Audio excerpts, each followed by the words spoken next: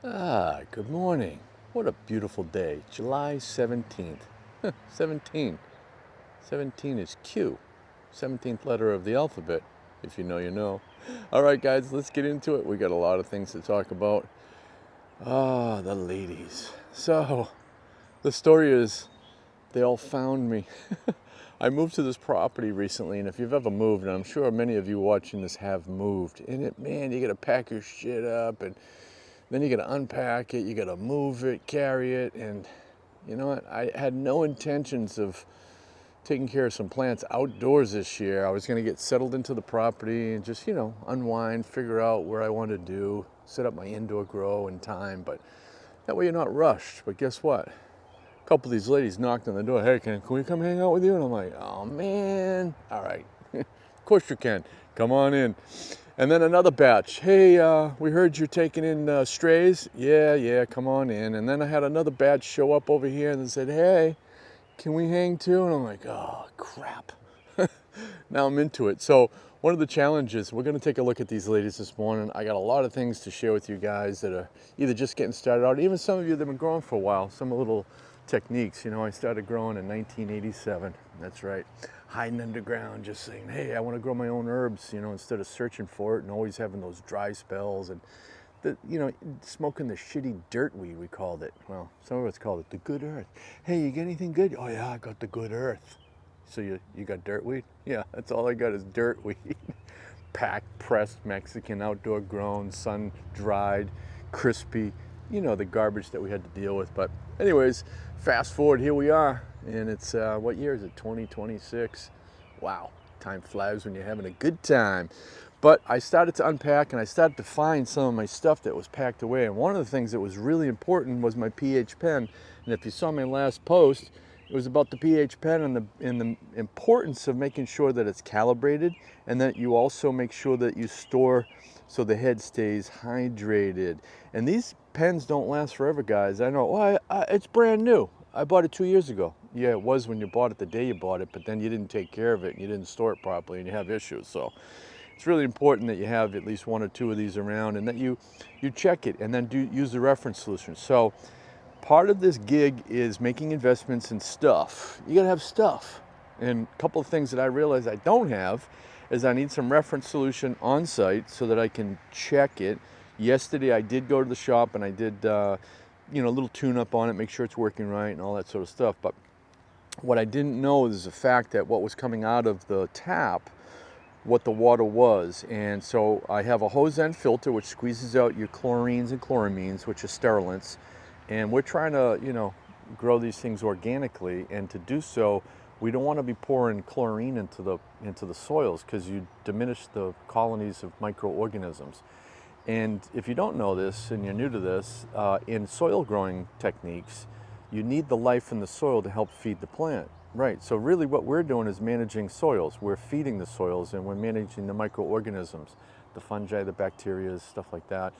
And we want to make sure we have fresh colonies in there. And I did put some recharge. We'll talk about that in a second. So you guys can go to your local grow shop and pick up some of these things and you'll see the results. And I'm seeing it this morning. We're going to do a walkthrough. We're going to do an inspection.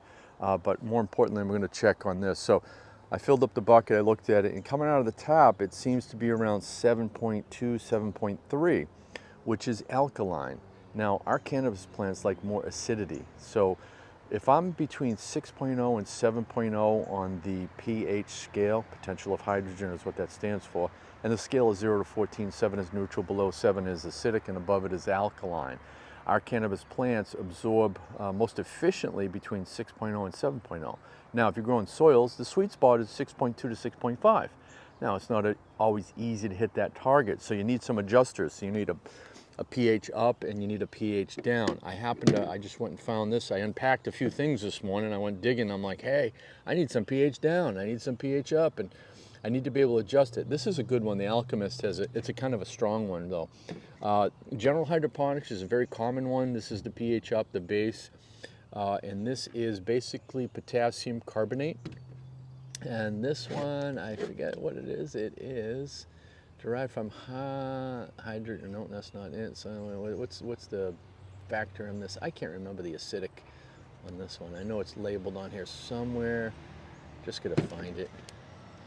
Anyways, we'll get back to that in a minute. But anyways, I started to measure the water, and I'm like, holy crap.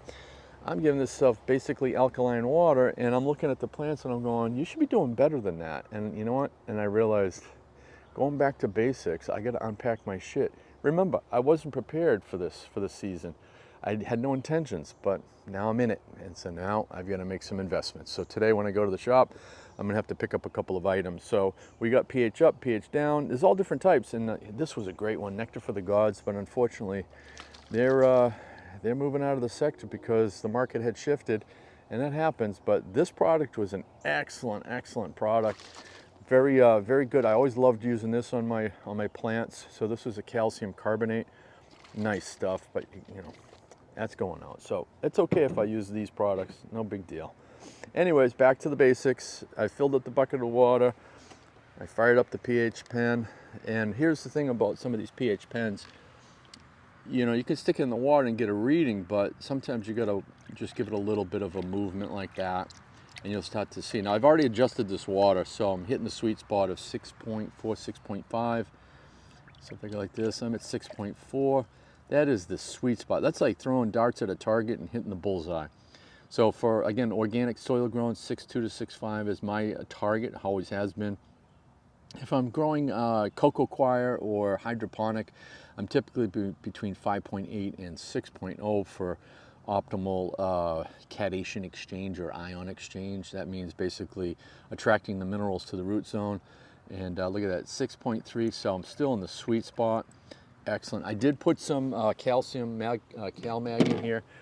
So I added in the Roots Organic. They make a fantastic CalMag. And then there's plenty of great products out there, and I'm not saying any one is better than the other. They're all good products. It's just having that tool in your tool belt. You know what I mean? You gotta. This is the toolbox. These are just a few of the tools, and I'm just getting started again. You'll see this as we go through this journey.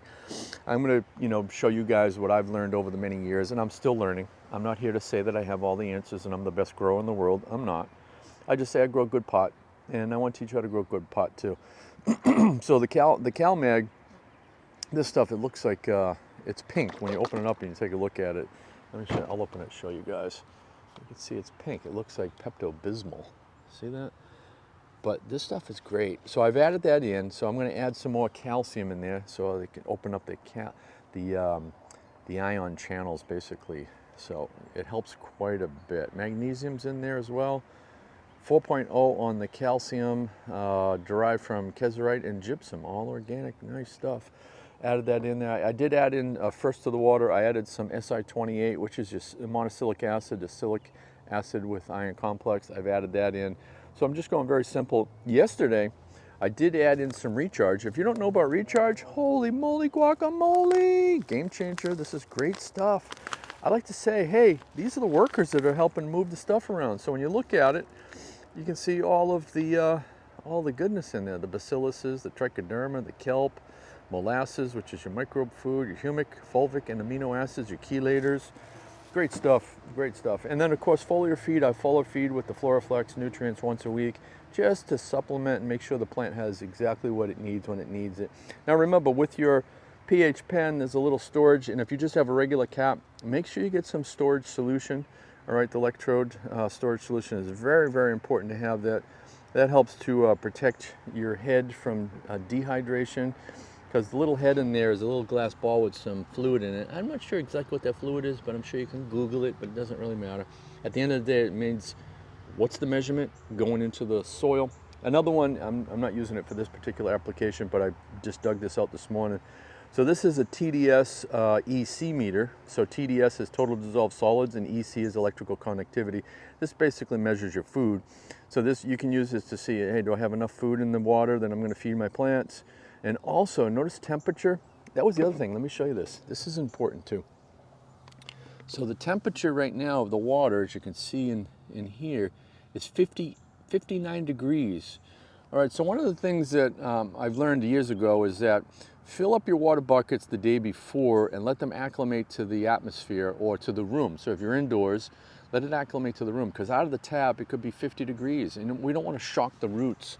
So that's important to get that temperature to the atmosphere. So fill up your buckets the day before.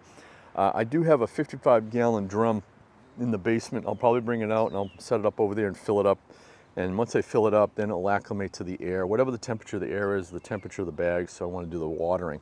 All right, guys, let's dive in and let's take a look at the ladies this morning. We're going to look for some signs of issues. You know, I started to notice this yesterday. The coloring wasn't quite right on the leaves. And I said, you know what? It's probably a pH issue. And wouldn't you know, it is a pH issue. So my watering for the last few waterings has been from the hose end, and also some applications like the recharge and a few other little things I've added in, the CalMag. But the water itself is out of balance. It's just too alkaline. I need to get the acidity down just to like a few points for optimal absorption of the minerals that the plant is looking for. So moving right along, I see a nice structure on this plant. You can see the sun's just peeking over the trees over there, and it's just starting to hit the plants, which is great for this video, by the way. Lighting, baby. It's all about lighting. So the photons are beginning to hit the plants. You can see they're tacoing, they're praying. You can see them all praying upward, and we got a taco effect. So they are pretty happy, and usually that happens after I've added in the recharge. I usually see it the next day, and it's a visual indicator that they like it. They like it a lot. Yeah, give me some more. Now, don't go crazy with it. You know, in growing cannabis, less is more in a lot of cases, because some of you growers that are new, you do the same thing all of us have done. Wow, that grew overnight. Imagine if I just doubled up on the nutrients. It should triple the growth, and I'll have weeds sooner. Don't do that. You'll end up getting lockout. Lockout at the root zone is not a good thing, because then the plant starts stealing its stored energy. So don't do that. Less is more. Follow the recipe is really what you want to do, is make sure that you're kind of looking at the feeding charts based on the nutrients you decide to go. Or if you're going all organic, you should have no problems. Anyway, so these are looking really nice. I like the structures on this one.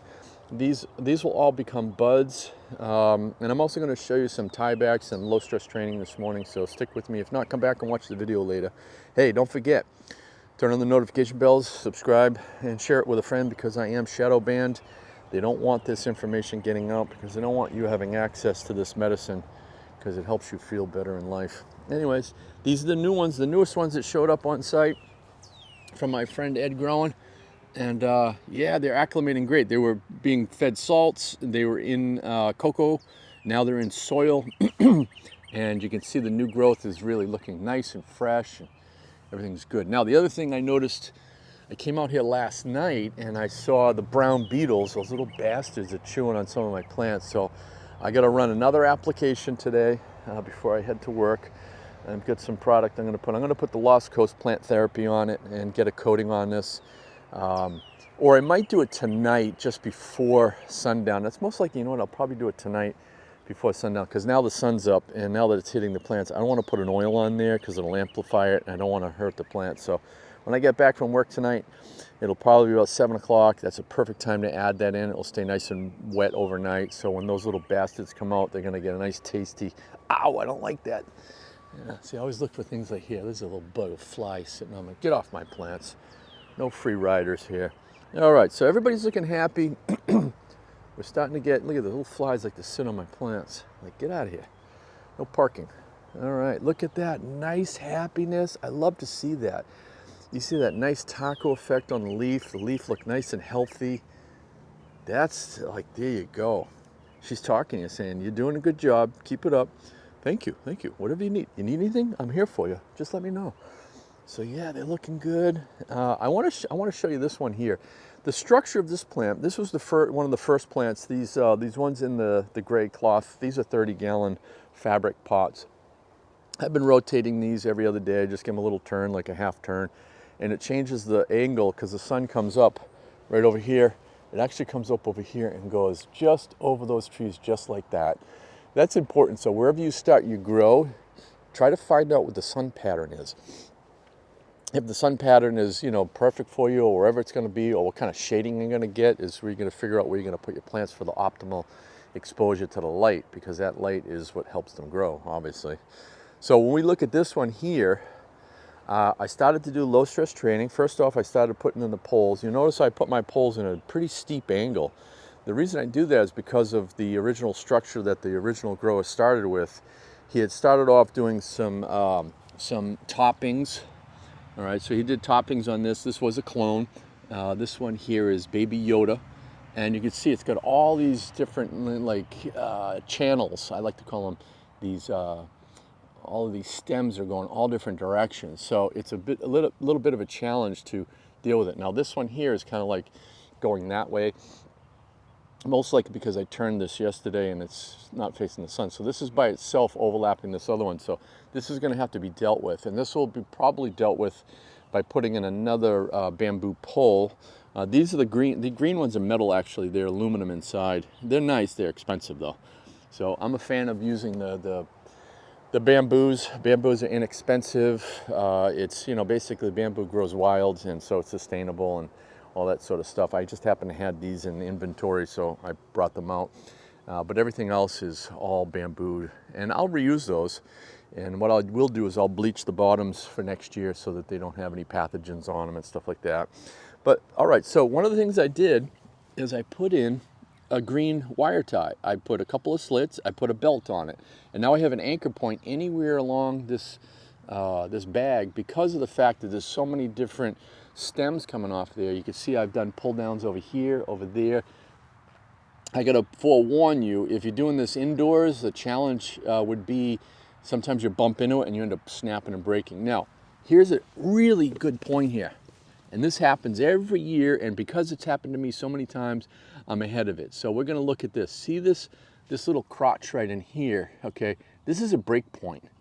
And because I was doing a pull down, all right, so I did a pull down right over here. Let me just make sure you get to see this in the camera. All right, so I did a pull down here, but before I did that, I put a brace between here and here, so the actual tension is right here and not right there, because that's a wishbone effect. You're gonna end up breaking and snapping. So a lot of these will need to be braced up because of the way they are. And so as we go through the season, you'll notice, see I've done one over here for a pullback. I will do this on most of the plants that have that type of structure, because what's going to happen as these flowers build and they start to thicken up, and then when we start to get the rains towards like September and October, what's going to happen is these plants will get heavy and they'll start to go down overnight, and all of a sudden you'll come in and you'll find branches just snapped right off. You don't want to find that, and you've still got 3 weeks to go, and that's the most important time to finish these flowers off. So you'll have to do those not tourniquets, but I forget what they call them. Basically, you're just basically bracing it up, and you're gonna put that sleeve. It's like you know, when you put your arm in a brace, you don't want to move it too much. So I'll be doing a lot of that. All right, so they're looking good now. I did notice. Let's take a look real close here. Look at the little white hairs. Those white hairs right now are trying to find pollen. If pollen was present and the pollen hit those, it would start to pollinate, and that little bract that's starting to form would end up growing a seed. So right now, number one, that's the indicator of a female. So if you're new and you're using regular seeds, some will be male, some will be female. Well, these are all female because these are clones of the original plant, but that's telling me, hey, she's preparing. So that means she's in the very, very early stages of regenerative structuring. So I can see it over here. You start to see those white hairs. Let's go check the next plant here. So that just says, okay, I need to be aware. So I've started to do some top dressing with some organic products from Roots Organic, Terp Teas. I started that top dressing process. Top dressing is going to take a little time for that to break down and then become available to the plant. So that will probably take a week and a half to 2 weeks to begin that breakdown and that composting effect. So I'm going to start to get ahead of it. And right now we're in the 17th of July, which means we have about 4 weeks left as we really start to transition into the flowering cycle. You know, so you want to be ahead of it. So usually mid-August, it's genetic specific. It's not always the same. So some of them will mature a little faster than others. But right around the mid-August, we start to see more